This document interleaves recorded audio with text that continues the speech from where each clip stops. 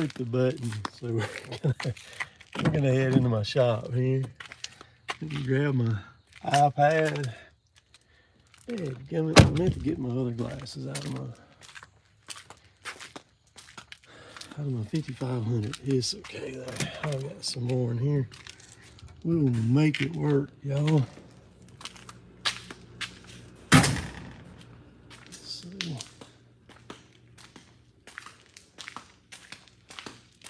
There's some folks starting to show up. I'm going here and get all my stuff set up and plugged up and all that good stuff. I gotta make me a spot here on the table. This iPad's magnetic on the bottom of it, so I'll make sure I don't have no metal shavings right here before I set it down and clean it off.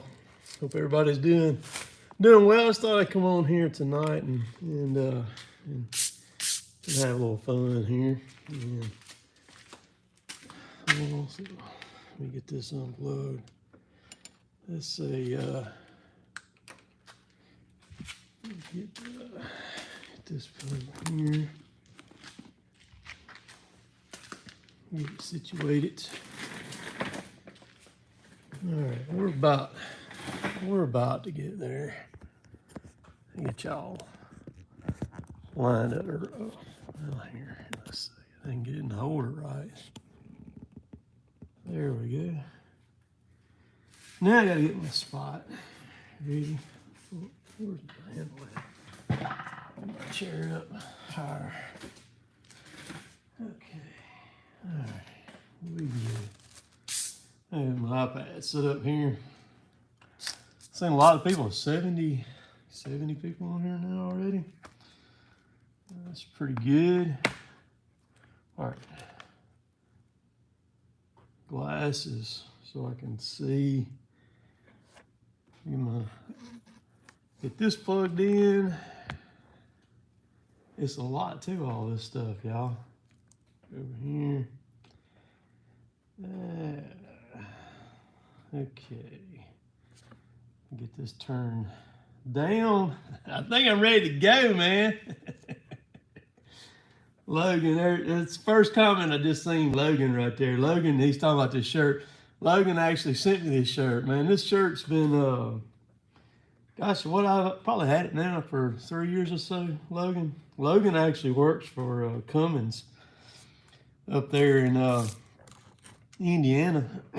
And he sent me multiple shirts. He sent me several different things there at one time. And this shirt's been a good one, man. It's one of my favorite shirts that I wear a lot, so I appreciate that. I just communicate with Logan from time to time there.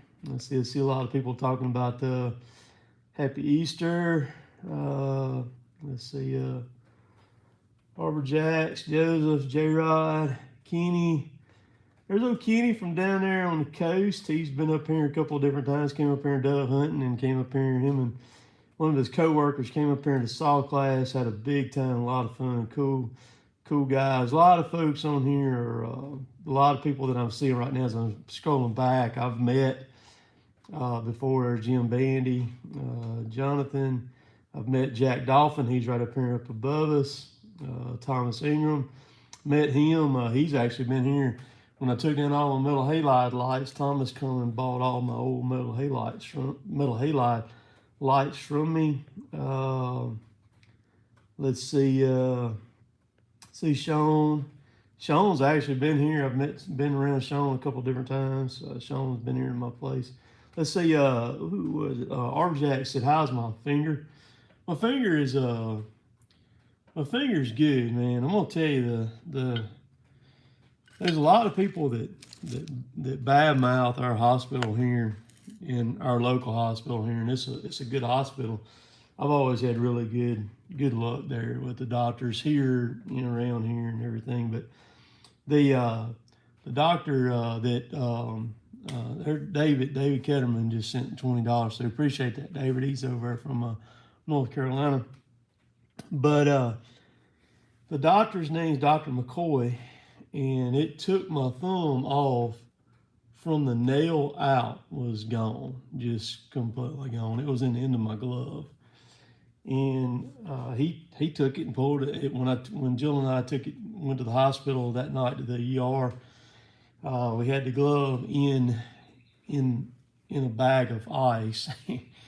And he said, "Where's the rest of your thumb at?" I said, "It's in that Ziploc bag over there."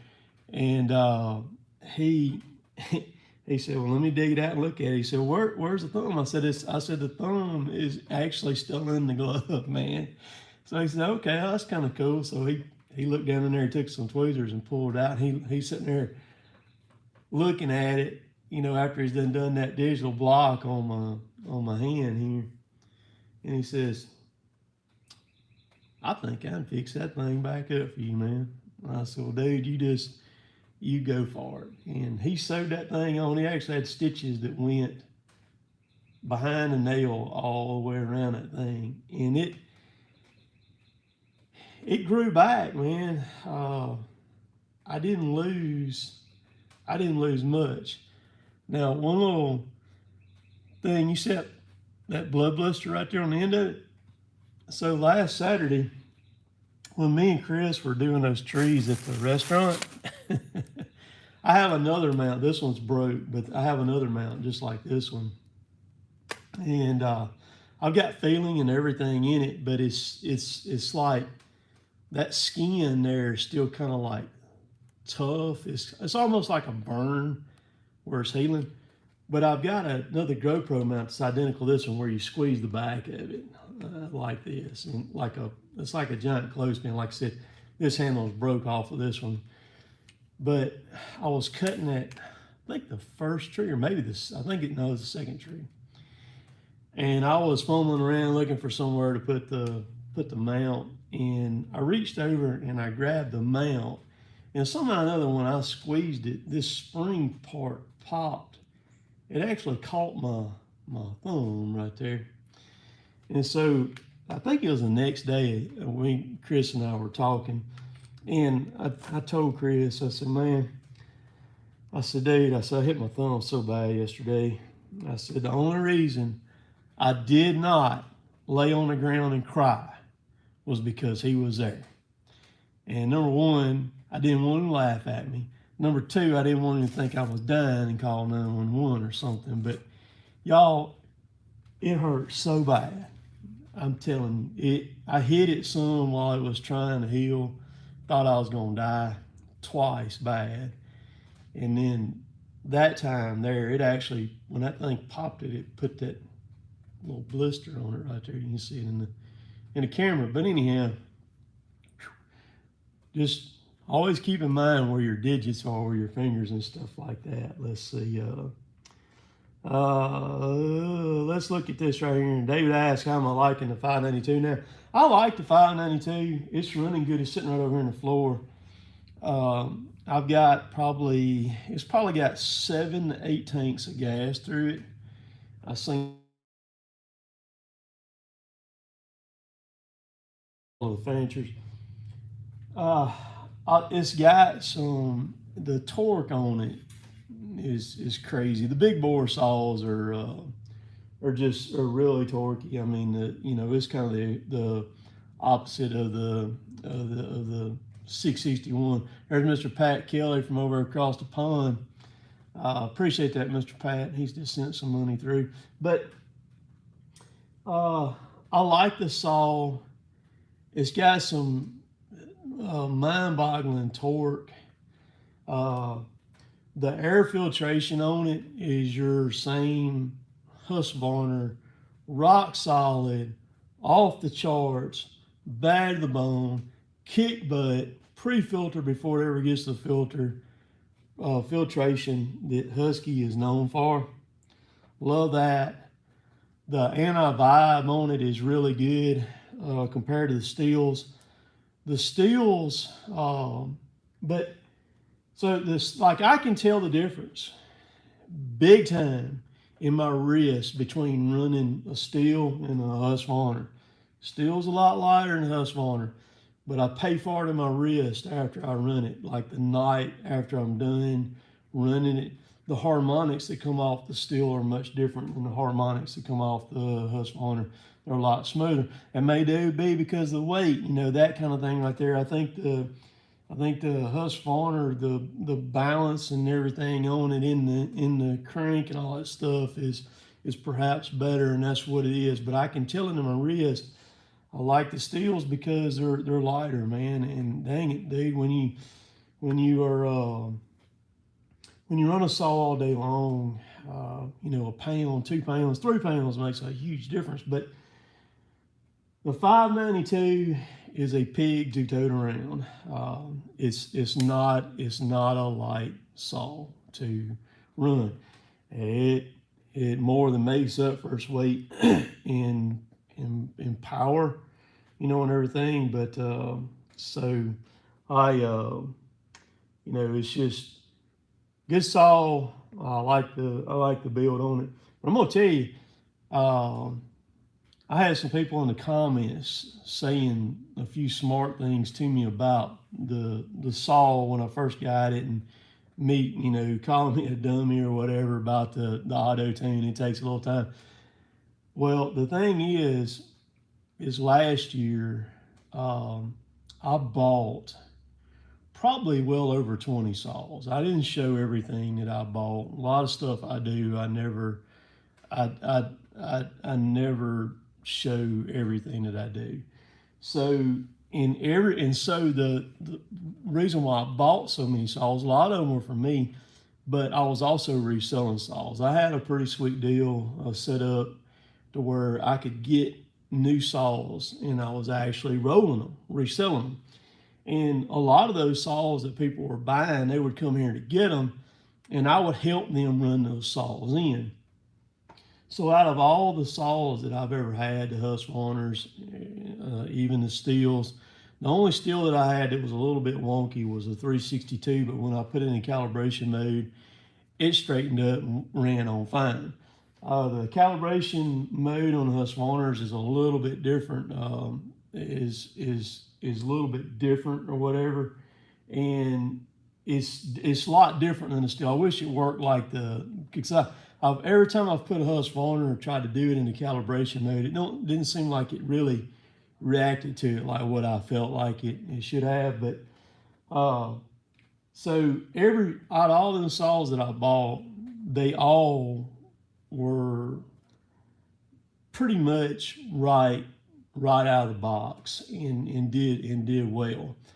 The 592 has a version 3.0 auto tune. It's a different auto tune than all the other 5 series saws, the 550, the 572, and the 562, and the 540. It's a completely different animal. It cranks different, and but it took it a little while to work this wonkiness out here. Let's see. I see Slade's comment now. Follow Fanchers. Yeah, everything is good. Just watched it rain all freaking day today. Let's see. Paul C says he got the tip of his thumb in a log splitter, man. That I know a lot of people's got lost fingers and cut pieces off in log splitters. Very easy to do. Let's see. Mike asked anything going on with those scrapers. Nothing's going on that deal on the scrapers. The scraper thing was just something that I just got kind of caught up in that to get some videos. The old boy from over there in Georgia, he was interested in them, and I kind of went over there just to kind of fill the scene out for him before he traveled over here, and just kind of bird dog it for him, if you will. And then when he came over, then I was there kind of somewhat as a support and everything, but that was totally his deal on that right there. The thing on the scrapers is I know the people who actually own those scrapers. So the people who own the scrapers, that property has been sold. Somebody else now owns that property. Supposedly, they had 2 years to get those scrapers off, and that 2 years was up the other day. All right. So I don't know, you know, I don't know the legal aspects on that. I don't know what Mississippi laws is on that. So I don't know if those scrapers do in fact now belong to the new property owners or if they don't. So what I did was just I was like a rock kind of skipping the surface a little bit. I was there, but I wasn't involved. You know what I mean? Because I didn't want something to come back on me later on down the road. And lo and behold, I crank out 2 videos. The first one did 100-some thousand views in the first 5 days or so, and the other one's I think it's at 50,000 right now. And so, and met a cool fan in the process of Sean coming over here and everything like that. So that was kind of a cool deal there. Let's see. Royce brings up a good comment. This is something that's crazy about YouTube right here. Royce Abbott, he said, I'm glad you got that safety harness for the lift. All right, so I knew people were talking about me not wearing a safety harness in the lift. Well, it took me a little while to figure out what I was going to like. And there's only about 500 safety harnesses to pick from out there. Time I did all the research on it, I figured out what I was going to get. I ordered the retractable lanyard off of Amazon. It's a Miller. Bam, it got here like in a day. So I ordered the harness from a company called Critical Tool. And they look like a legit company online. I mean, they said they've been in business forever. Well, going on 3 weeks, they hadn't shipped it. It was in stock. So I called them. Chick answers the phone. I said, hey, look. I said, this is Tim O'Brien. This is my order number. Blah, blah, blah. Would you please check on this order that I made 3 weeks ago? She puts me on hold. She comes back. She gets back. She said, Mr. O'Brien, we'll ship that out today. I'm like, are you freaking kidding me? What the heck?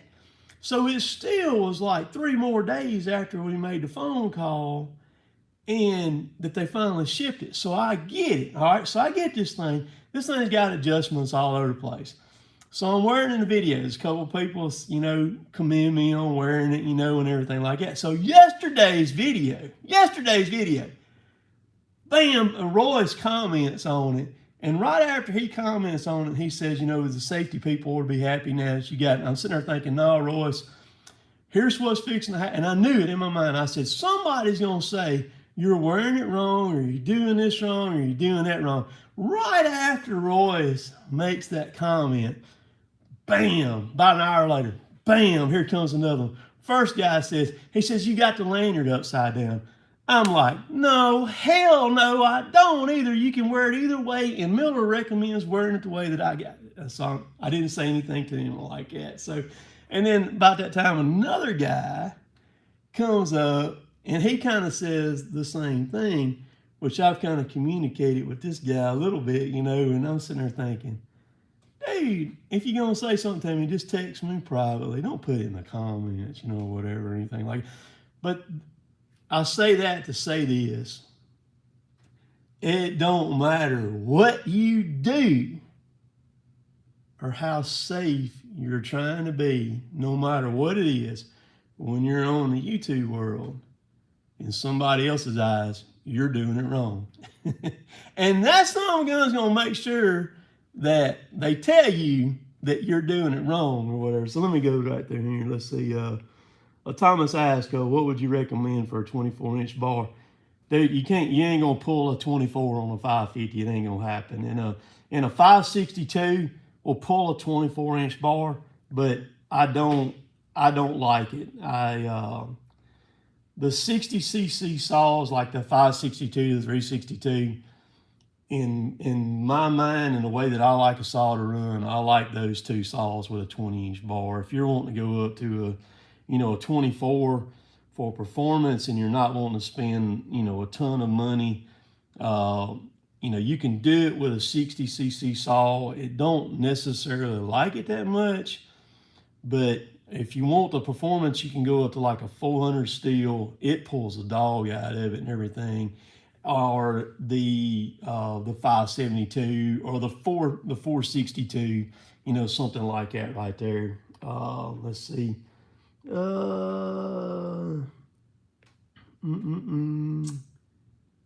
Let's see here.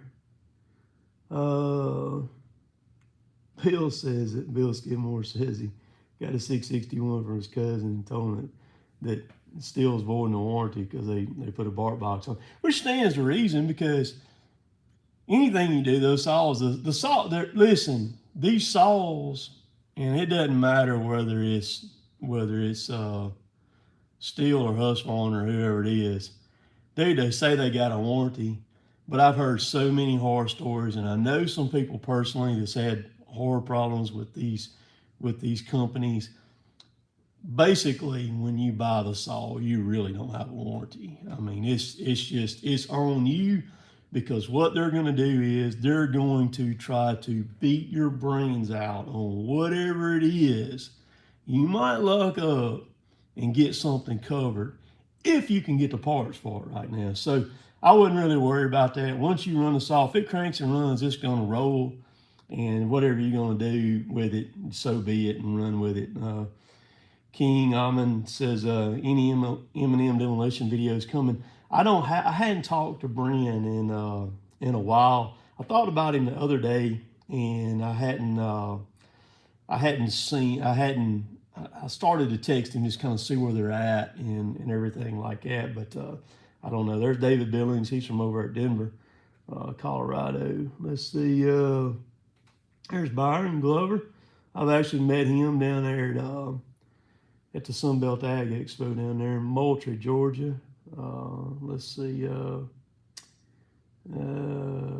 There's Michael Mean. It's funny, a lot of these people on here I've actually met. Michael's been here in the house, picked up a load of firewood from me. Yeah. Let's see.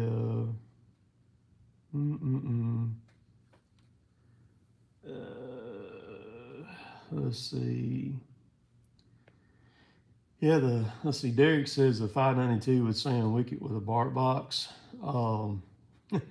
So kind of a little side note on the bark box and mufflers and all that stuff right there. One of the things on that is the liability end of things, and boy, that's a black hole to roll off in. And also the muffler systems on these things. It's a deep black hole. There's a lot of research, and I've kind of learned this stuff behind the scenes now that I do what I do and all, but there's a lot of stuff that goes in behind the scenes on these saws and stuff, and on the muffler systems to get them approved. Because like you take like the West Coast over California, Oregon, Washington, up in Canada over there, where it's really dry, low humidity. That's what the spark arrestor screens are for, is for those places over there and over here too. But our humidity is so high and our management practices are so much different. You don't see the wildfires, so you know, as prevalent as they are over out west over there. But that's the liability on that stuff is actually crazy, because if somebody gets hurt with a saw, they've modded a saw and they get cut with it, the first thing they're going to do is they're going to go after Steel or Husqvarna or Hecko or whoever it is. And it's a given that's going to happen right there. Let's see. Let's see here.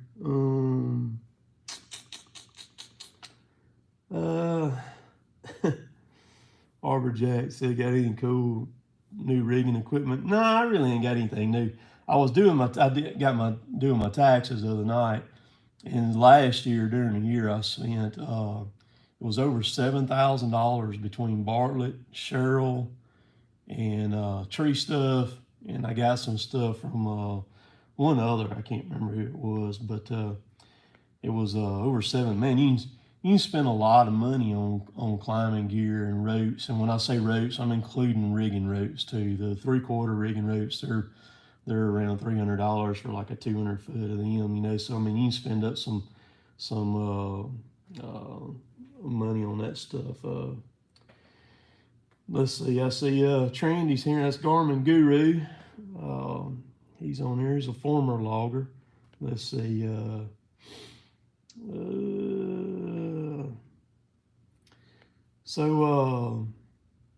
Firebird's asking me about my kayak right here behind me. He asked what made me go with the kayak that I got, which is the Bonafide SS127 over a Jackson Coosa or a Hobie Pro Angler. Simply the cost. The Jackson Coosa and the Hobie Pro Angler are two very pricey kayaks, especially the Hobie. It's very, very costly. And, you know, if you're wanting to outfit it with if you're wanting to outfit it with a trolling motor, with spot lock, you're going to spend another $1,200 right there, right out the gate. And so, you know, it's, if you start off with a kayak, just, own up in the money, and then you outfit it with everything, you'll end up with a lot of money on it. Melinda Floyd, I seen this comment the other day. Hey Tim, my name is Briar. Love the videos. Appreciate that, Briar. Derek asked, how come there's not as many aftermarket stuff for the Huskies as steel? Just wondering. I don't know. I think it's a design part. The Huskies are like I guess I would call it like a European design, like the muffler on the 550 is shaped like an eggplant, and they're just funny shapes. So to try to design something like a bark box where it's a cover to go on it is more difficult than on a Husky than it is on a steel. And West Coast Saws Gordy's done a great job. I mean, he has built a mecca on the dogs and the muffler covers and then the other whatnot stuff that he's putting out. He's actually got some very cool leather pouches for saw chains. I'd love to have a couple of them, man, to put saw chains in.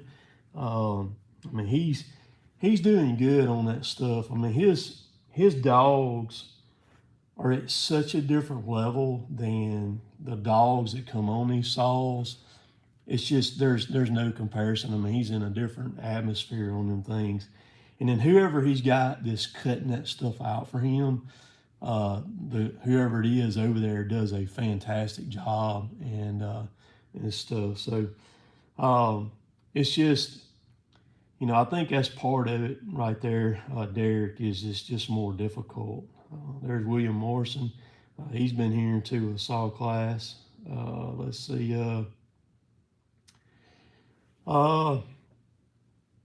No, Shane asked, does a 562 compared to a 372 at all? No, not really. You're talking about two different CC class saws. You're talking about a 70 CC class saw and a 60 CC class saw. A couple of CCs on the saw makes a very big difference. There is a lot of weight difference between the 562 and the 572 also. But, again, the 562, 60 cc saws, prefer them with a 20-inch bar, period in the story. They'll run a longer bar. I know some people put 28s on them, but man, it pulls on the saw. You gotta let the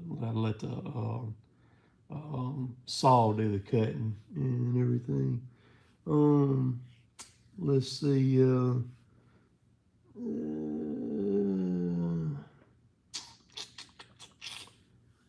Man. Let's see. Jason says, is fuel prices hurting logging? Yeah, it's hurting everything. I mean, it's across the board. logging, you burn an incredible amount of fuel, a lot of fuel. When we're really running, we're running the trucks and everything, and we're making the 60+ mile hauls one way. You know, we can go through a tanker load in, excuse me, in about 10 days or so and everything. It don't take long to go through a tanker load of fuel. It goes through really, really quick. So you can just imagine a tanker load is 8,000 gallons. And you do the math, if it goes up 10 cents a gallon over 8,000 gallons, you're talking about a lot of money. And if it goes up $1, you know, you're talking about $8,000 and everything.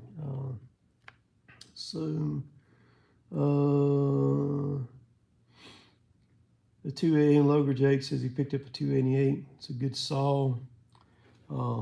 All the 2 series and the 3 series saws are all good saws. They're built very well. And even the 5 series, they followed in the same footsteps of them. They're good saws too. Let's see. So Jared says Guardian Angel has a kayak kit for lighting. That's pretty interesting. I didn't know that they made one of them. There's Cody from Alabama. Let's see. So Firebird asked about the John Deere, the John Deere Hitachi partnership. It's not going to change. They're still going to, if you'll dig into that and you'll read into that, some of the behind the scenes stuff, it's not really going to change any. They're still going to share information and all that. And hey, had it not been for Hitachi, you know, them coming on board, you know, making that partnership that they made, John Deere, they missed the boat on excavators back years ago when they started trying to build them. They struggled on them things really bad, and so. And then they built the DHSP, the Deere Hitachi Specialty Products, which are built up there in Langley, right outside of Vancouver, British Columbia there. And that's where the swing forestry machines come from, was there, which is the log loader, the processor machines, the 2654s and 3654s, 3754s, all those 2054s like my loader.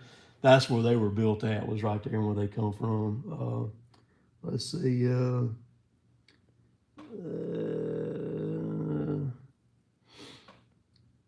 Let's see. Yeah, Bill's right on his figures right there on what he's burning.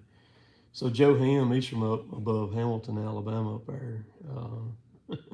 He came to the saw class, and he says right here, he says, your saw class saved me so much money, and all. And that's the thing, man. I've got several people that I've trained in the saw class, and they're out there rolling it, man. I get pictures from them all the time. They're out there just killing it as far as, you know, making money, cutting down trees. They've got their money back 40 or 50 times or so, something like that, man. Let's see.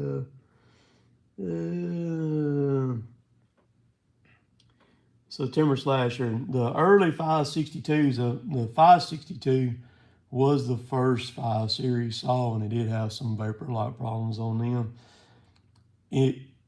Once there was a fix for that to keep it from happening, there was a lot of guys, and I'm not trying to defend Husky or anything like that. They did have a problem. There was a way around it to get it to crank when it did do that. But all the newer ones, especially when they came out with the last series of the 562, like the one that I've got, that's a non-issue on those things now. Let's see.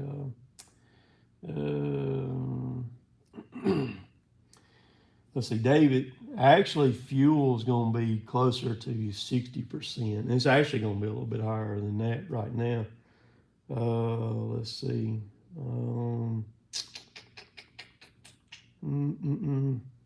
And so it says, he mentions payroll. Payroll is just going to depend on what you're paying your guys, what your payroll is, you know. And I mean, some of the payroll and logging has gotten way up there, and so on the right company, you know, if you've got the right qualities and the right talents, you can make some money, you know, working for somebody or something, you know, and then you don't have the headache of keeping everything up, running the business, and the risk of paying for the machines and the insurance that falls back on you and all that stuff like that. So there's Toiletry guys from up there at Maine. Actually he sent me a book, which is pretty cool. He's an arborist up there. Talk to him from time to time there, and very cool. Let's see. Let's see. No, I wouldn't say the big money comes from deer, because Hitachi is you think deer's big? Hitachi is a monster. I think the last I was told by one of the deer guys, when I worked with deer on what's the series of the swing machines right now, Hitachi was building like 20,000 excavators a year or something like that, man. Just an insane number, man. And you don't really realize how large these companies are. They're mind-boggling, man, and the stuff that until you're involved with one and you work with one. You know, I worked with deer from 2011 to 2015 on a project. And one of the things that I did with them during that project, they flew me up to Dubuque Works, which is in Dubuque, Iowa. And there's Tim Ard right there in Ohio en route to Illinois. Mr. Ard, chainsaw master, man. Great guy. He's forgot more than I'll ever know about a chainsaw and stuff. But one of the things that I did with deer was they flew me up to Dubuque, and that's where their VR lab, their virtual reality lab, is up there. And they had a platform built, sat in a loader chair, put a helmet on me, and when they turned it on, it was just like I was looking from inside the cab of the machine. And so I sat there and I ran that machine. And what we were trying to do was we were trying to set the cab in the right spot on the machine. And they had it was 3 or 4 different positions. And so they could actually move that cab, and then I could run it, you know, on the simulator thing. And I could give them feedback on it and do that. But anyhow, so that factory up there at Dubuque Works is like 1.1 miles long. It's nuts how big that place is, and that's just one of just several factories that they got and all these companies got. I mean, it's hard to grasp till you get inside of them to understand how big they all are. Let's see. Brad says he enjoys all the videos I've been putting out. Appreciate that, Brad. Chad asked, did I have any training on climbing, or did I teach myself? It was kind of several things I learned on my own and picked up on things from just trial and error on my end. And then I learned a lot from with Jeremy over at Carsville, Jeremy. And then when I was able to get with Johnny and them, working with them, and I need to go back over there with them on some days I don't have anything to do. That's where it's at, you know, when you can learn from others. Jeremy was kind of working under Johnny and him also and learning from them too. And then he was passing information on to me, and then I was able to pair up with Johnny and him some and work with him, ask them questions, and then um, working with Jeremy and climbing with him. And we were, you know, just doing things. We spent a lot of time on the phone, FaceTime, different knots, different gear, different stuff like that. And if you can work with somebody, and I tell you, there's a lot of good channels on YouTube that you can learn from. Uh, Several of them very good, that are great to watch, that knows the ins and outs. And there's several guys on Instagram that are just phenomenal climbers. If you're wanting to go that route, you know, and what have you, that's what I would suggest doing, is getting with somebody, watching the videos, and anything that you're going to mimic from those guys, try it in a controlled environment. And when I say controlled environment, very close to the ground in case you do have something wrong, to where if something slips or something happens, or you don't have something tied right and you start coming down, you don't have very far to go, because it's a lot easier to recover from that than it is from, say, 60 feet up in the air. And so that's where a lot of that stuff comes from there. Let's see.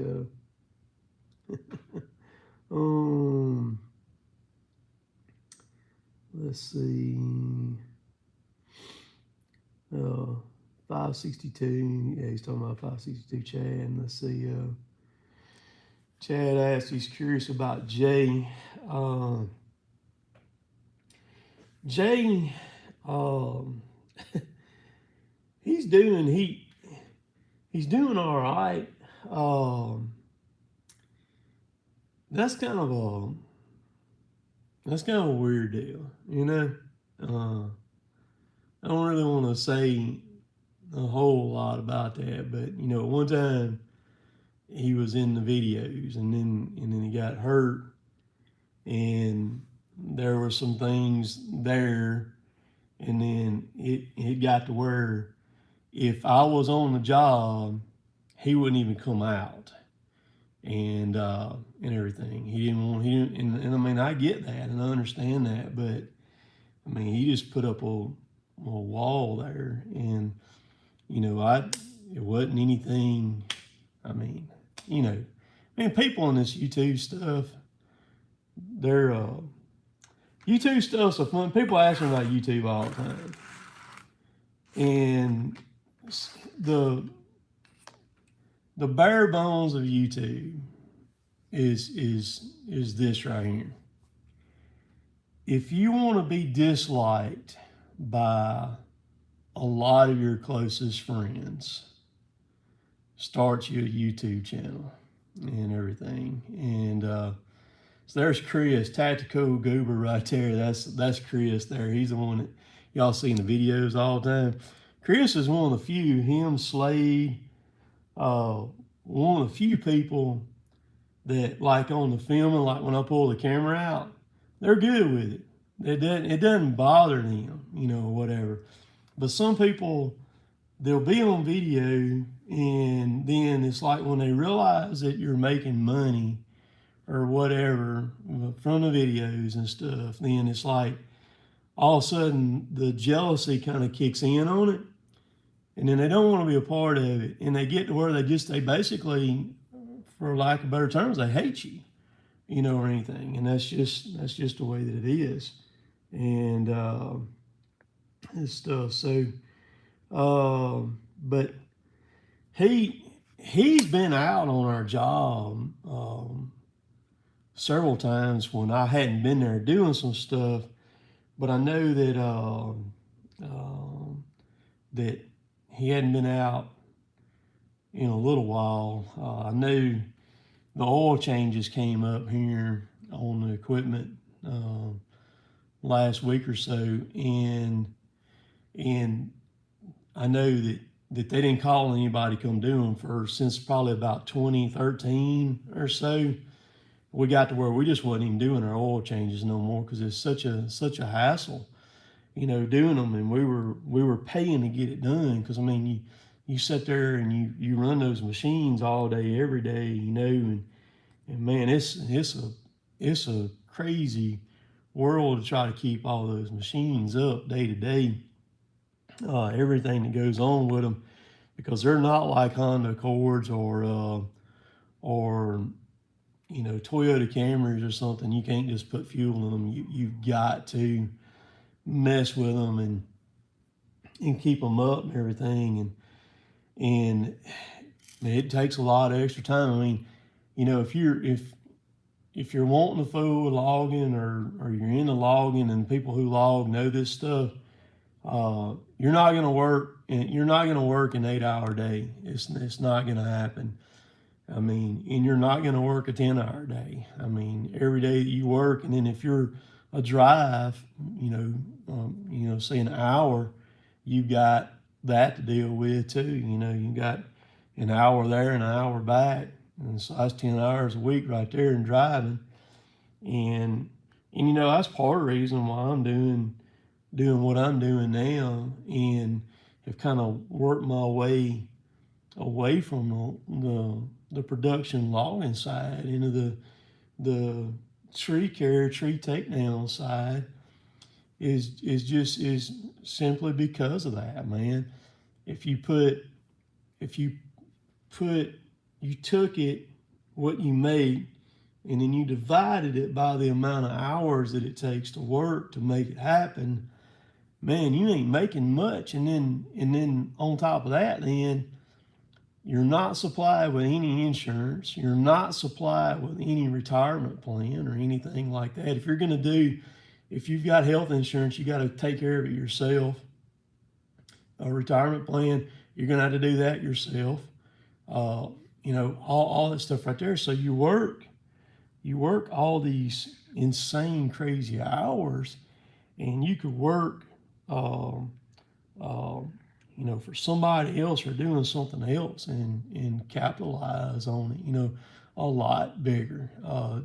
Actually, this month, it was a year ago the other day when I got my new 5500, and I was waiting to get that truck, and that's when I made my move and quit working, 5 days a week or 6 days a week in the woods for Dad. And then I started backtracking from there and going backwards and everything to kind of get away from it.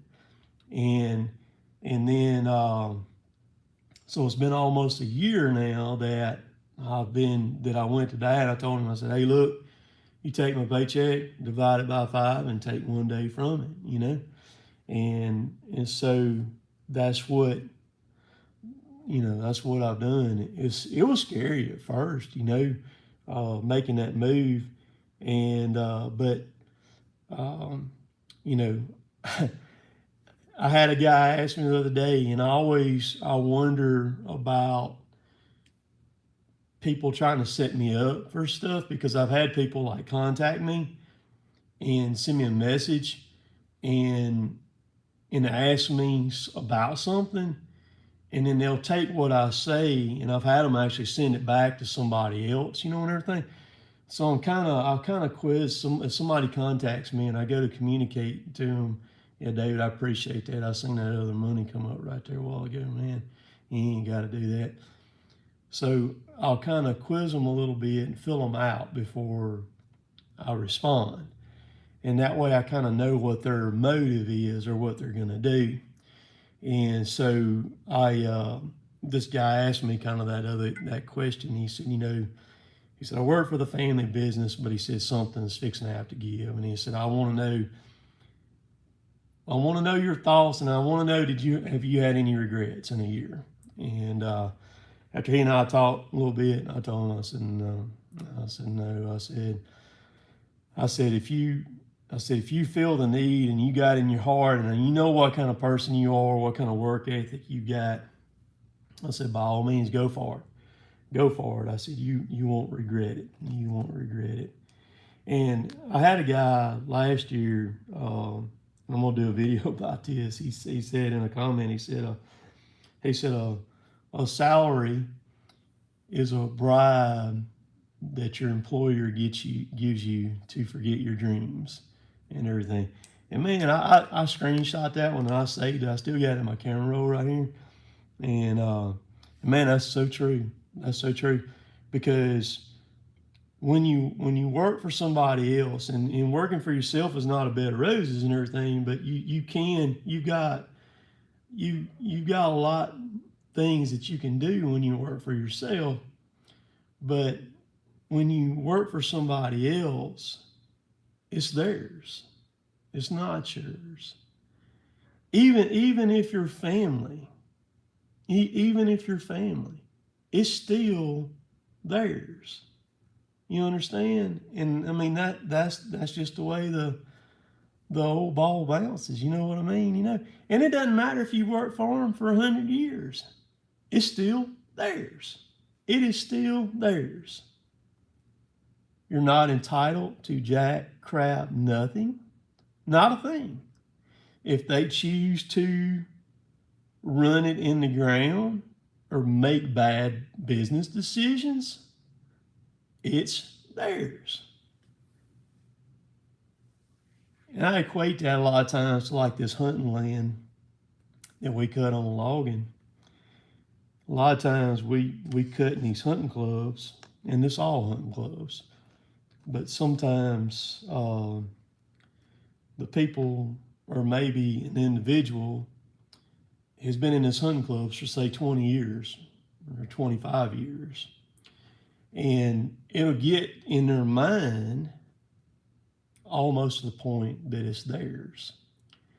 And so we roll in there to cut this timber, and in their mind, it's theirs because they've paid this lease on it for 20 plus years. And sometimes you have to make some contacts to where somebody else can go to them and say, and kind of reel them in a little bit and be like, okay, look, man, you know, it's not yours. We're going to cut the timber. That's how it's going to be, you know, and that's kind of the same deal right there. It's easy to get in that kind of mindset. And so, you know, that's just what you got to do or whatever. And you got to kind of think that away. Let's see. So DA, he asked a good question here. He says, you know, the way the business is growing, is he purchasing a 15 or 25 ton truck crane, or would have rent one, you know, if there was a need on it. You know, that's there's a lot involved or to that. That is an avenue that I could go down.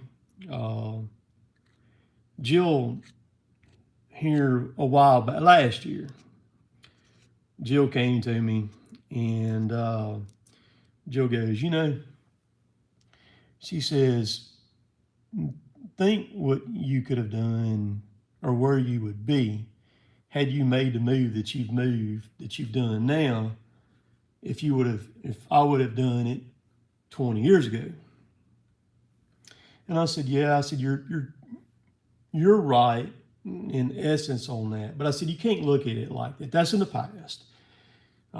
If you live in the past, it's like trying to swim across a river with bricks tied to you. You can do it for a while, but you got to pull your knife out and you got to cut that rope and let that pass sink, and then you got to keep on swimming to the other side to get where you're going. And that's the way that this is. I told her, I said, you know, I said, you kind of got to look at it this way. I said, you got to look at what can I do between now and the next 10 or 15 years, you know.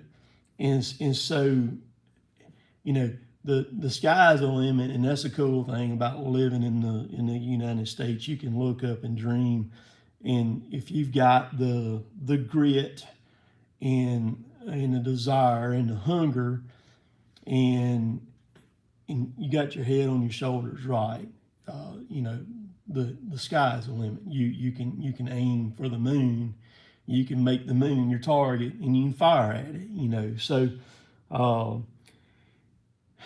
to answer that question, there's no telling what I could do. I've got a great crane video that Chris and I did with Kyle, Mississippi Crane Service, back in October last year, and it's still got my messed up thumb in it. When in the video, you can see the black on my thumb and everything. And I have not posted that video yet. I have not edited it. I don't want to edit it. And the reason why I don't, because it's multiple cameras, and I hate dealing with multiple cameras. Once I get started on it, it rolls and it goes. But it's one of those things, you know, it's like going to the dentist. I hate starting on it. And so I had talked to somebody about editing it for me and doing that video. And, you know, but that, I didn't push them. You know, I asked them about it, and they said, let me see after the first of the year. This was in December. And so first of the year rolled around, and you know, so like I said, I'm not, if they want to do it, they come to me. I'm not going to say, hey, will you do this video for me, you know, whatever. And I offered to pay them, but, in which I would pay them to do that, but it hadn't. So I'll edit that video up. But getting back to that question about the crane, you know, one day if I could easily get into a crane service like that, you know, buying a crane, making lists, whether it was tree lists, if I didn't want to go the tree takedown route, you know, like what I'm doing now, and wanted to evolve or something, you know, and I don't know, I don't really want to hire people. I like what I've got with Chris, and Chris is probably still working right now. I like what I've got with him. I still do a lot of work by myself. I work around Chris's schedule a lot of times, and Chris on his free days off, you know, as long as he don't have something going on with his family or whatever like that, you know, we'll line up work and we'll hit it and go and everything. So,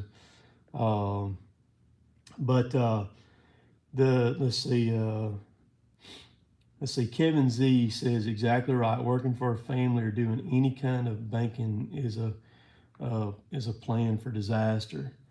And he's exactly right. And so it's working for your family is kind of like YouTube. And you can't have all your eggs in one basket, okay? I watched a video with one of the girls that was just teetotally beside herself. She got about 250,000 subscribers. She's one of the fishing girls, and she's all time in a bikini, throwing bikini and all that. And back in December, YouTube got her. And man, she was raising Cain about it, about how, you know, what she does for YouTube and blah, blah, this, and that, you know, I'm good for YouTube. And I'm sitting there thinking, I'm like, heifer, you ain't nothing to YouTube. If you ain't got 3 or 4 million subscribers, they don't even know who you are to YouTube. It ain't nothing. And that's the same way it is working for family. With the YouTube thing, you never know when it's going to be up. It's just here. We're able to play in their sandbox. Something may happen to YouTube one day, pull the plug. Think about all the people who are making a complete living off YouTube. If something happened and the plug was pulled on it for whatever reason, bam, over with, done with, it was over. What are they going to do? But they got something else to fall back on. I follow Dave Canterbury a good bit. You know, he's a survival guy, and up there in Indiana, Good guy. I've actually met him before. He did a video about this a long time ago, years ago. He's talking about, you know, he said you got to have lots of different things. And that's the way it is with YouTube. You got to have, and with a family business or whatever, you better have other things. What happens, you know, say something happens to Dad all of a sudden. Dad will be 76 in June. Something all of a sudden happens to Dad. What happens to the company? You don't know. You know, you don't know. I mean, anything, you know, you better have other reinforcements. You know, if you build a slab, you reinforce it with footings and rebar and stuff, or fiber mesh or something in that slab. And that's the way everything is. You better have it reinforced to where if something starts to happen over here, you got this support over here to kind of keep going. And I seen a long time ago, me and Jill's done things a lot different than what a lot of people would do. I've talked about this in videos before.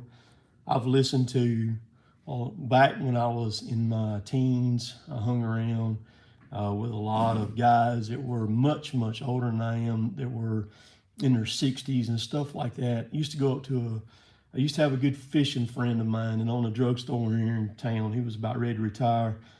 And I would hang around him a good bit. And Jill's dad was a phenomenal businessman, incredible with money. And I listened to what them cats told me, man. I listened to what they told me.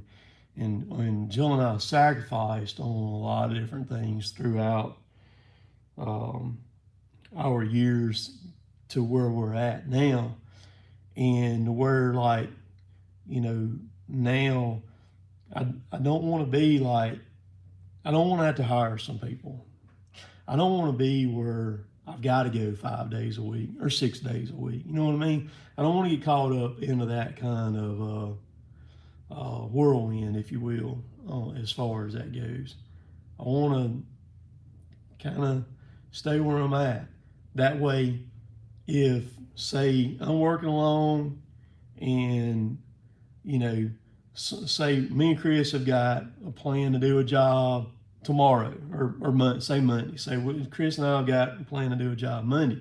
All right. All of a sudden something happens on Chris's end or something happens on my end. You know, whatever, some kind of emergency or something. I can wipe that slate clean, and it's not gonna affect me none to kind of back up and do something, you know, different or whatever. And so just like right now with all this rain, I mean, it started raining last night. It rained all day today till about probably 3 o'clock or so. And it's supposed to rain all day again tomorrow. So it makes like getting in yards and everything, you have to pick and choose where you're going to work. So I save jobs. I think I told in today's video, I save jobs all the time. You know, I kind of put people off because I know that this particular job over here, I know they want it done, but I know I can do this job when it's wet and raining or the ground's saturated because it's on the edge of a parking lot or it's in a parking lot or it's on the edge of a driveway or something like that. And I know that the one behind this lady's house over here, I'll wait till we get 5 or 6 drying days in a row. Then I'll sell in there and knock that dude out real quick and get it done. So that's what I do. Let's see here. Let me see here. Let's see. I love these people. That I'm fixing to reply to a comment right here. A guy saying that the chipper is has a 5.7 liter PSI engine, which is a GM engine. It's not. It's and I think I said it in this video right here too. And so anyhow, those are always enjoyable on that right there. I'm gonna try to catch up here in the comments and figure out where I'm at here. Let's see. Yeah, and so James James Stafford brings up a great comment. I'm gonna add to his comment right here. He said the thing about what Jill said is one thing you wouldn't be the man you are today, nor would you have the experience 20 years ago. And he's right. So the other side of that too is for me in the jobs that I get, they come from right here. A lot of them come from right here. Is the social media stuff, man. And what the calls that I get, people watch the videos and they already know how the job's going to be done before I ever even get there. There's people that when I price the job, they I go to them, I look at them, I'll film everything that we're going to do, and I take it and put it on my iPad right here, and look at it over again, and then I'll write out a quote all the way and then send it to them. And there's a select few of them. It doesn't matter. It does not matter what the dollar value is on the end of that quote. They're as soon as I send it, they're like, "Put me on your schedule." Put me on your schedule. And there was a comment that came through in the Days video. The guy, I can't remember who it was, but he asked, Chris asked about, or not Chris, but he asked about taking and just putting the logs there on the property to rot, and would it be easier just to let them rot on the property right there and everything? And it would, but here's the big part of that right there is I want all of my jobs to, when somebody else walks up to it, I want anybody to ask who done that job because they want to make a call to me to come do some of their work. Every job that you do, whether you work for yourself or you work for a family or you work for a company or whatever it is, the finished product of your job is your signature on that job. And I mean that's the thing right there, whatever. So if any of y'all that are, I've been seeing him kind of pop up, whatever. If y'all want to block him, y'all more than welcome to block him. Y'all know who I'm talking about. He's not even a good troll or whatever and stuff, and what have you. But let's see. Adam says, and Adam's right about this. Diversity in my work is key to longevity and for money in mind. And he's right, man. I mean, exactly. And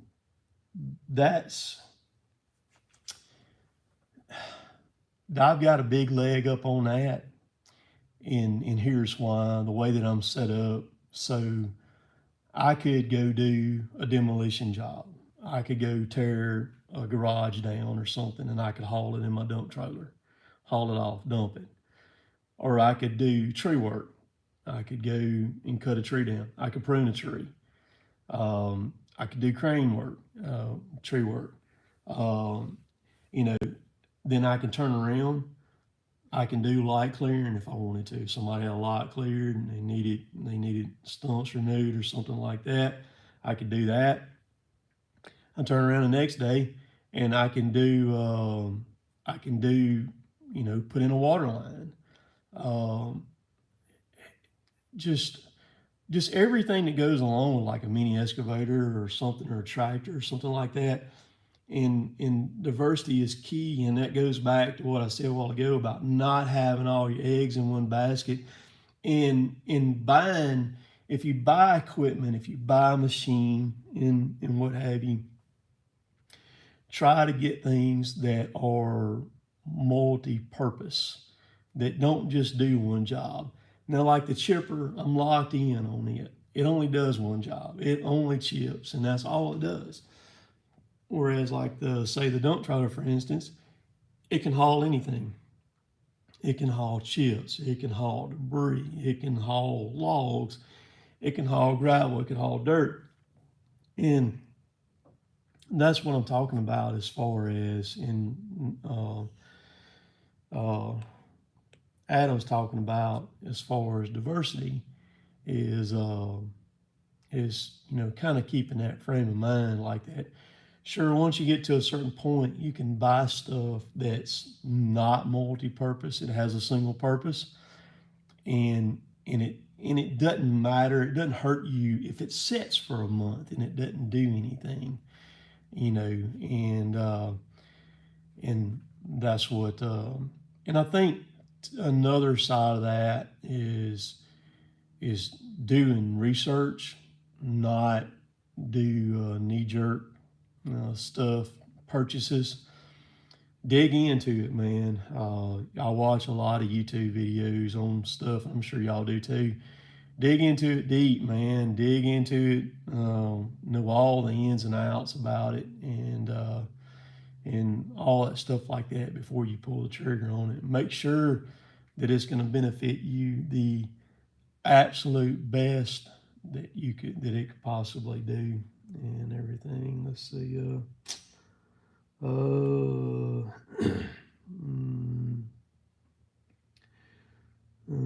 Sitting here. Let's see, Joe. I hadn't been in the new Tiger Gap processor yet. I hadn't been in it. Let's see, early week. They got it running last week, and there was still early this week. There was still a few bugs to work out on it and everything. It was running, and Kevin was coming on up to speed in in it. I could tell he was kind of getting in his groove per se and rolling on along there.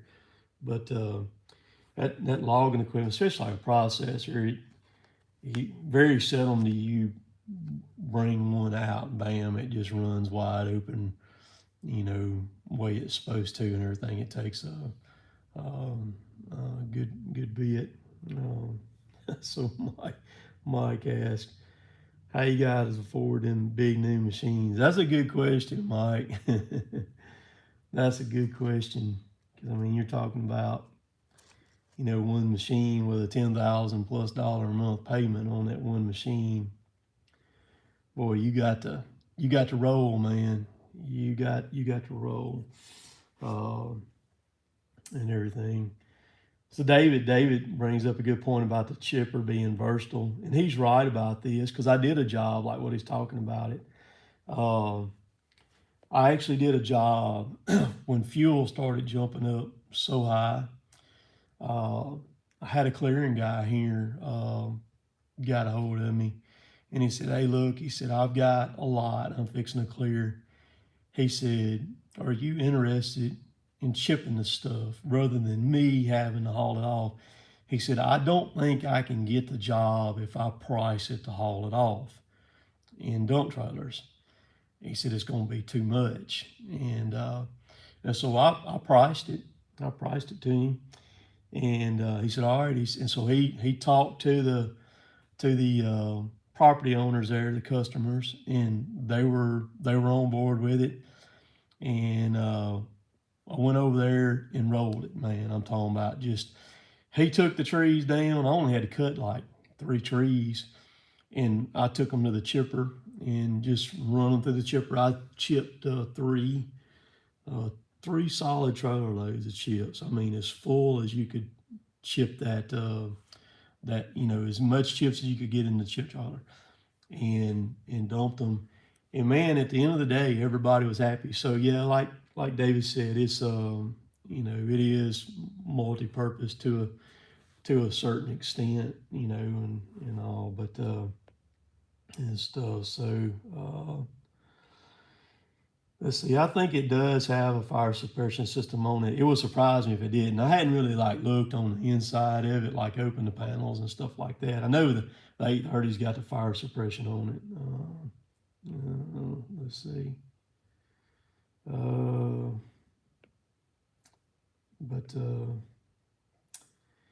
Yeah, that's a tough one to read right there. King Jonathan says, "Don't quit logging. Remember God, and it's your dad has supplied you with a living for years." And he's proud of my, he says he's proud of my business investments are paying off. God loves me and God bless. So there's a part of that right there in that where he says, and remember that my dad has supplied me with a living for years. That's true. But I mean, had I not worked for Dad, I'd done something else, And Dad brought that up to me here, I don't know, about 3 years ago. He goes, you don't need me no more, son. And I was like, Dad, man, I'd have worked, or what do you think I wasn't ever going to work or something, or what? You know what I mean? I don't get the mindset sometimes. You know what I mean? It's crazy. And stuff. So, let's see.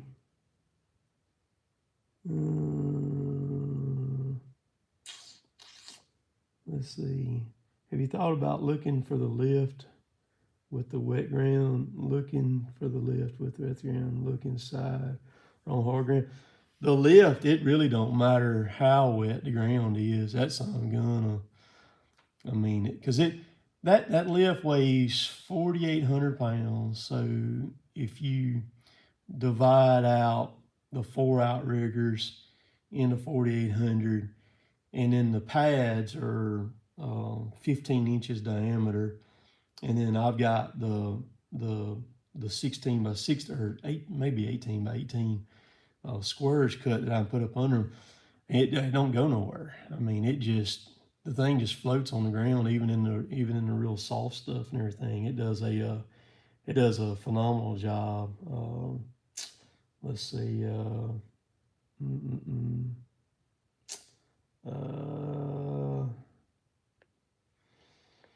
I'm looking here.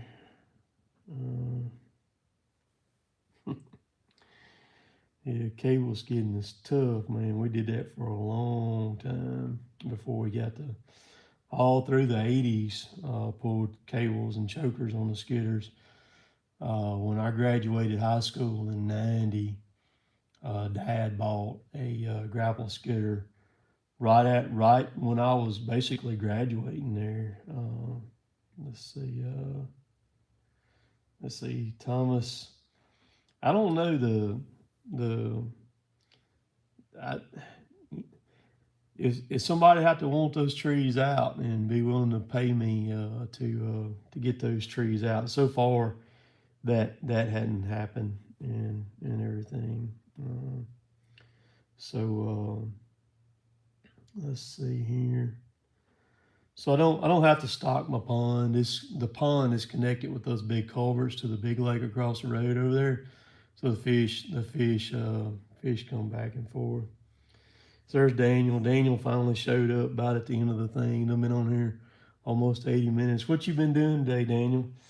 He's creek fishing junkie right there. Daniel is my welder that comes over here. He's the one that helped put together all of the size for my dump trailers and all that stuff like that, and built all that stuff and everything. I actually seen Daniel this past week. I was out there at his place where he works out there the other day, and stuff. So anyhow, but I wanted to come on and do a lot. It's probably the longest one I've ever done. Almost 80 minutes. There's 140 some people on here, which is pretty good right now. This far into it, if you hadn't hit the thumbs up on it, click that thumbs up. If you want to ask me, there's a lot of people that's asked a lot of people's asked different questions here. Somebody has not asked a question and would like to ask one, ask me if you want to, and I'll do my best that I can to answer it. I enjoy doing the live feeds. Sometimes they're a little bit crazy, a little bit wild, and all that. But so Daniel said, just hanging out, ready for it to quit raining. I tell you, there's no telling how much rain we've gotten here. But it's supposed to dry up after this comes through tomorrow. We're supposed to hit some dry days, and the temperature's supposed to come on up. We'll start getting these 70-degree nights. We're still not getting these 70-degree nights yet. When we start getting the 70-degree nights, that's when the grass starts really coming on here and starts growing. We've still got trees that have not fully put out. Let's see.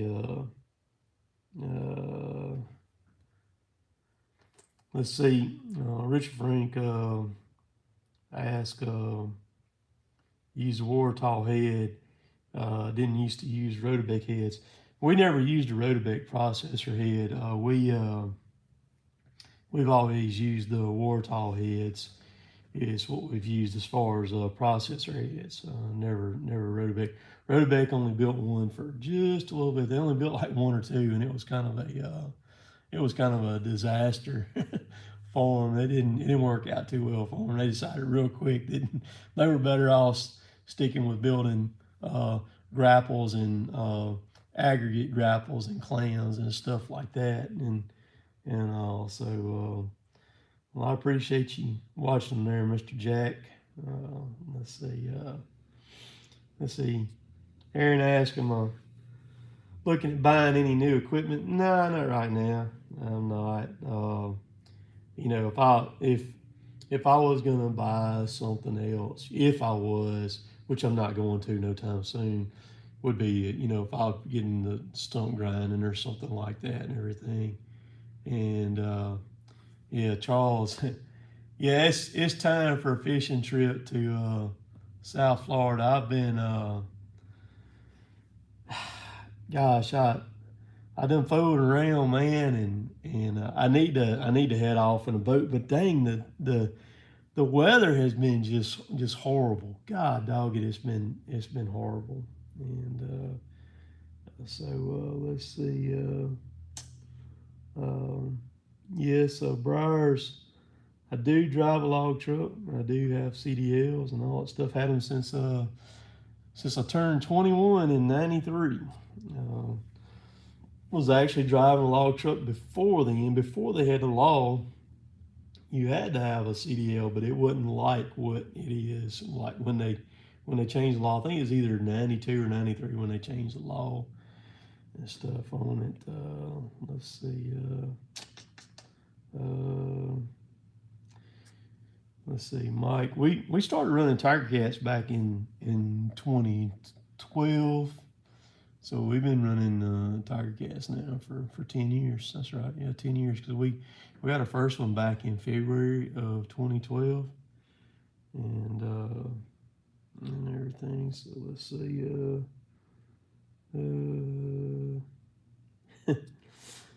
Yeah, I've seen them small ones. The trick with a stump grinder, man, you need to get a Hoss is what you need to get. You need to get one to roll in there. Them little bitty ones like what you're talking about that'll fit in a Econo van. Man, I want to roll up on one that's 3 or 4 foot in diameter, and I want to stick it in it and be done in a few minutes and on my way somewhere else. You know what I mean? And and go on. So is what I do. So rest assured, if I do end up getting a stump grinder, it'll be kind of like Miss Piggy caliber type of stuff. It will get with the program. Whatever I get, and that some gun will freaking roll. It's gonna roll and stuff. So happy birthday there, Mr. David. And stuff. So what time is it? Almost 15 to 9 here. Still got 100 and 100 and some people on here now. I'm gonna go ahead and cut it off. I hope all y'all have a great Easter. I'll probably put out a video tomorrow, probably something simple and everything. I've got a really great month going this month, and I want to kind of keep it going like that. So Sean, I'll answer this question right there. Sean is the one that came over from Georgia to look at the scrapers.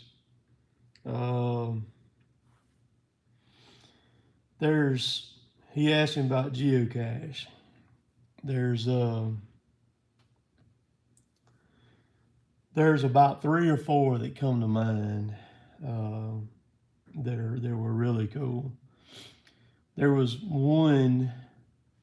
It would probably be probably the number one on the top of the list. Anna Kate used to geocache with me all the time. We used to check out on the weekends, and we would just hit the road and go. There was one in Somerset, Kentucky, and it was in a cave pit. The cave pit, and it's on a video somewhere on YouTube. The pit was 100 feet deep, and the top of the hole, when you walked up to it, it was maybe 5-6 feet diameter. Just not a very big hole, kind of fun, kind of odd looking, but it was 100 foot down to the bottom of it. And I took Anna Kate, she wasn't but about 11 or 12 years old, and it was up on this mountain. And it was during spring break. Me and Jill and Anna Kate and Emma drove up there one day. It was about 400 something miles up there from here. And this is an interesting story, but we got up there, we hiked up on the mountain, carried all the gear up there, the ropes and everything. And I anchored the ropes off, and I tossed both of them off in this hole. You couldn't see the bottom of it because the hole, if you shine a light over in it, it was kind of like rocks protruded out, so you kind of had to wiggle your way past those rocks, and then when you got past them about 7 or 8 foot down through that entrance right there, then it opened up into this perfect cylindrical, just a cylinder. It was probably 20 foot diameter. It was called a wind pit or something like that's what it was called. And I remember riding the rope. Anna Kate was on one rope, and I was on the second rope, and we both had headlamps on. And I remember riding that rope forever to get to the bottom of that thing down there. And we both got on the bottom, and we found a geocache and signed a log on it. And then and there was water coming out. We got soaked because it was like being almost in a well. There was water basically pouring out of the sides of the wall as we were going down and down there. And we got ready to come back up, and we had to put our cinders on the rope. We put our cinders on the rope, and Jill and Emma were on top. Emma wasn't but about 6 years old or so, 5, 6, something like that, or young. And, we ascended all the way back up that rope, and then I didn't think nothing about it, but, thinking back on it, and what me and Anna, some of the stuff that me and Anna Kate used to do along those lines, I was sitting there thinking, what would have happened, or what would Jill have done if something would have happened to me and Anna Kate, or me down there in the bottom of that hole? Or just how crazy that was that I took however old Anna Kate was, 11 or 12. She wasn't over 12. All the way down in there like that, and had the utmost confidence that she could come back up the rope 100 foot. And sitting there, and I think about that now, and I'm thinking, what was I thinking? What would Jill have done? I mean, she wouldn't even known how to get back to the van down the mountain where we hiked up from.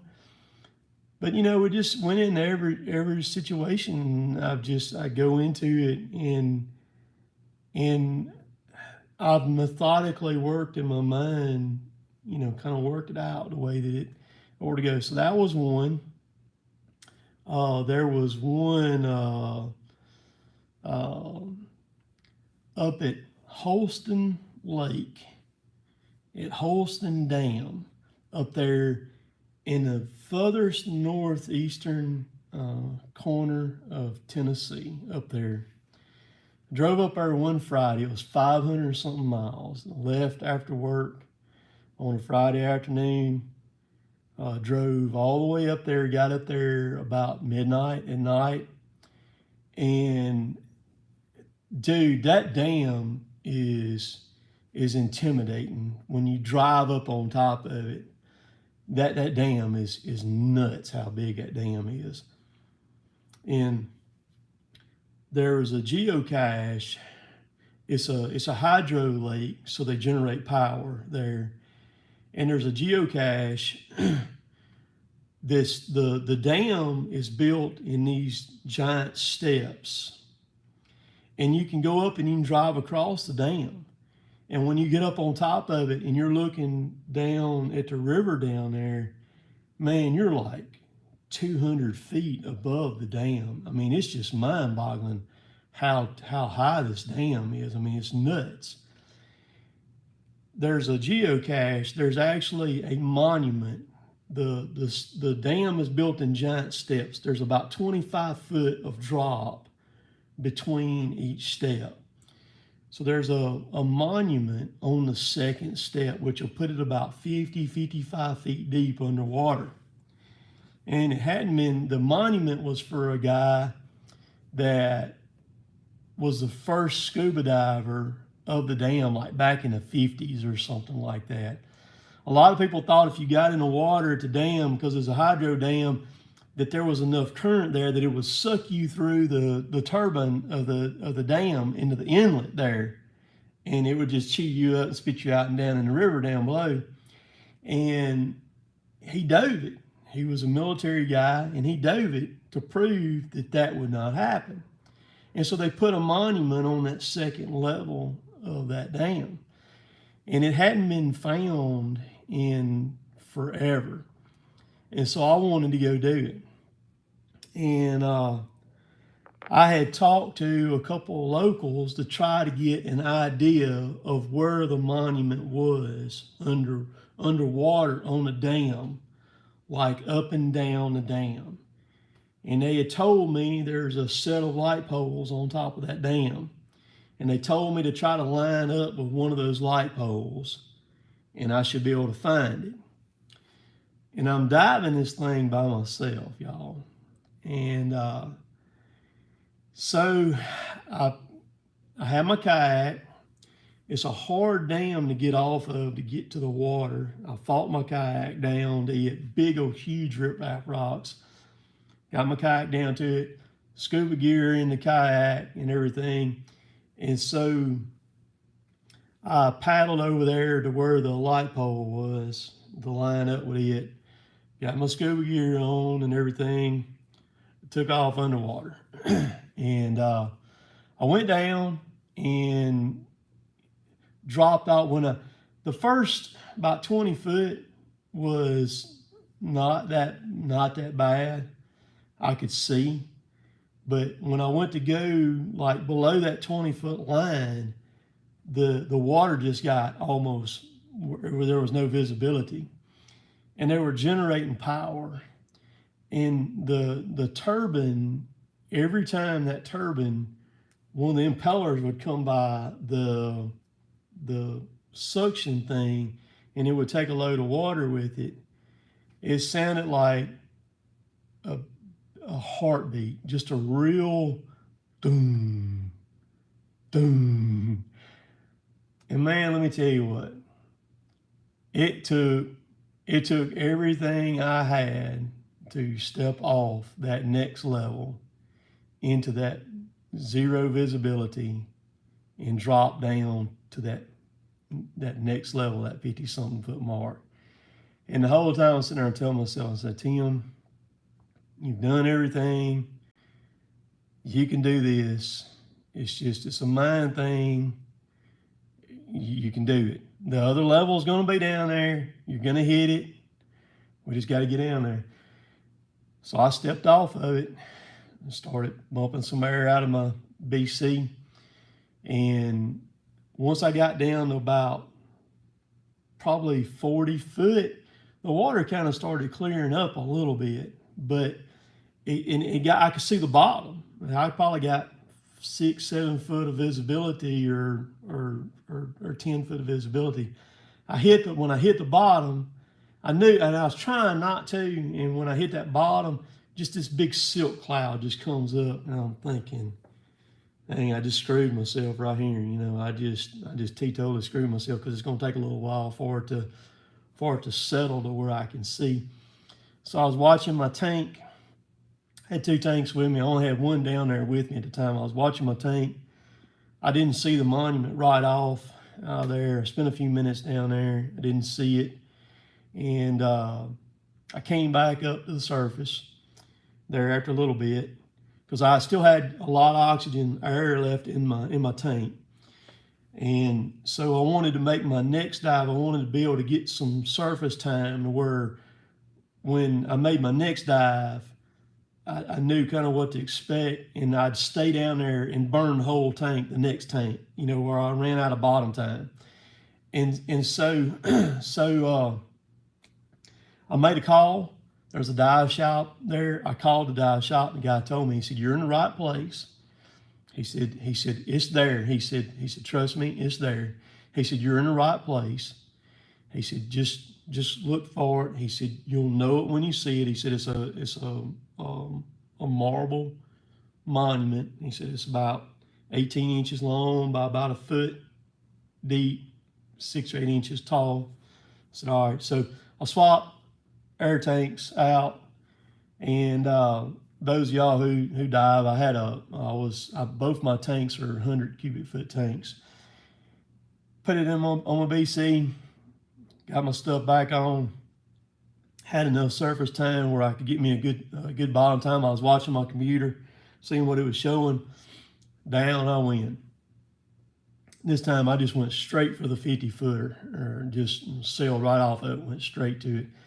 Got down there. That time I was able to as I was getting to where I could see the bottom, I started kind of bumping the air to go back in my BC to where it would kind of hover me a little bit. And I kept from hitting the bottom to stir up the silk cloud. And so what I did was, there was a boat there that was sunk, that they had sunk on purpose, that was sitting right there. So that was my point right there. So I said, okay, I got this boat right here. I'm going to go this way about 40 or 50 feet. If I don't see it that way, after about 40 or 50 feet, I'm going to turn around, I'm going to come back the other way. And then I'll move over on that shelf, you know, for my visibility, and go back, kind of like mowing grass or something, you know. And as I started down that thing, I spotted that dang monument down there. I thought, ain't that something, man? I found it. And so I got over it, and I bumped air out of my BC where I would go on down, and I had my knees bent to where I'd land right on my knees to where I wouldn't make a big silt mess, you know. And because what you had to do is you had to get information off of that monument and answer some questions to be able to log the geocache. So I did that one, and got it. and then those are the two main, those are two main ones, and then there's several other ones. I did one day in Shepherdstown. It was on the Potomac River, and up there's a bridge pier in the middle of the river, and It's 70 feet tall, and I shot a rope over the top of that stupid thing and climbed that thing. Went up it on the other side of it and anchored the rope and climbed it and got up on top of it and got the cache that was on top. I've climbed a lot of old abandoned bridge piers. It's been really cool.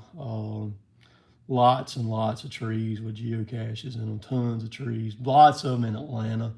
They're like that, some really cool stuff over there. But a lot of fun. That brought back some cool memories. So I don't get to geocache like I used to because the social media stuff kind of took its place. Geocaching, I'll still, if Jill and I travel or something, and I go in a state where I hadn't found one or hadn't been or something, I'll look one up real quick and go find it and sign a log on it and get that done. But in that time period when I was doing it from 07 to 15 or 16, when I was really starting to social media stuff, I found over 15,000 of those things. I've been in all the states except for just a handful of states. I hadn't been to Hawaii yet or anything, but so a lot of fun, very enjoyable to do that and stuff. So I'm gonna let's see, I'm gonna cut it off right here and everything. But so anyhow, hope y'all enjoyed those stories like that. I like the stories. I enjoy them. A lot of fun doing those things and all. So appreciate y'all tuning in, man, and listening to me and the people who watch the videos day in and day out, man. You don't have to do that. I frequent YouTube a good bit. So y'all have a good night, good evening, and a good tomorrow. Remember what Easter's about and everything. But I'm gonna cut it off. Appreciate it. Each and every one of y'all. And David, appreciate the money. Mr. Pat Kelly over there and stuff. There's a Brian that showed at the last minute, man. We'll catch y'all later. We'll see y'all later, taters.